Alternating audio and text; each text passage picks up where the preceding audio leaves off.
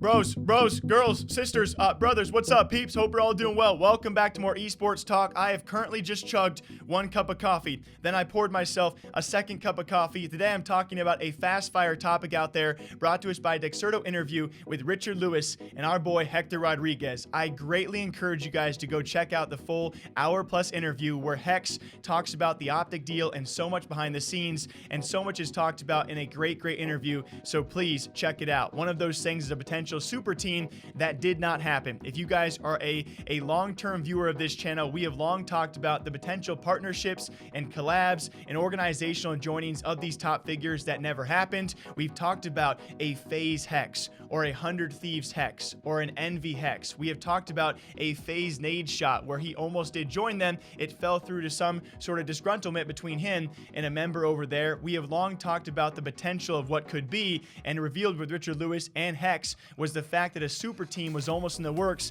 if Optic Gaming could not work out, and Hunter T was apparently at the time not going to come back to Call of Duty. It was a potential partnership and collab, especially in case you guys missed it. Banks had long trashed the idea of a franchise league and paying a high buy-in fee for a franchise league for Call of Duty, which I think we all can still, or a lot of us can probably still agree with, is a gigantic investment. At that point in time, even FAZE was not guaranteed to start Atlanta FAZE.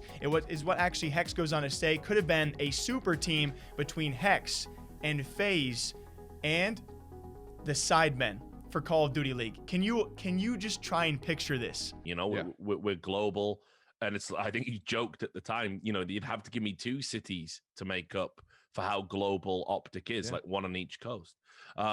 So was it weird, like nade shot not coming in with you at that time? Did that give you any pause for thought before you sort of committed to the Huntsman? Sort of. Like we did talk about it, you know, building a super team, like a super team. Because at the time we didn't, like, I was talking to Banks and I was talking to Temper, and I was like, "Are you guys doing this thing? Are you guys going to CDL?" And they're like, "No." And I'm like, "Okay, well, what if I find the money? Would it make sense for us to all join forces, right? 100 Thieves isn't in it, but what if FAZE 100 Thieves and even Sidemen, right? Like we talked about reaching out to Sidemen. I'm like, what if us 3 own one team and then just called it a day? Like we'd rock the shit out of anything and everything that's out there. But I also want to throw you guys back really quick to what could have been, right? Obviously, Hecz is a top gun out there for building brands. I'm sure he has connections out the wazoo. What he has built time and time again and done time and time again with Optic alone, it really makes him a hot commodity when he is on the market, which hopefully he never will be again now with Optic Gaming back. But back in the day, many months ago, we did talk about Envy, 100T, FaZe Clan, all the top orgs. When Hecz had sold Optic, of course, rightfully so, were on his doorstep. Other girls, you know what I mean? I was the belle of the ball. Right. I could have got. I was talking with Hastro. Hastro and I were gonna do something at Envy. Everybody was ready to do that. I'm not gonna name all the rest of the organizations that we were talking to.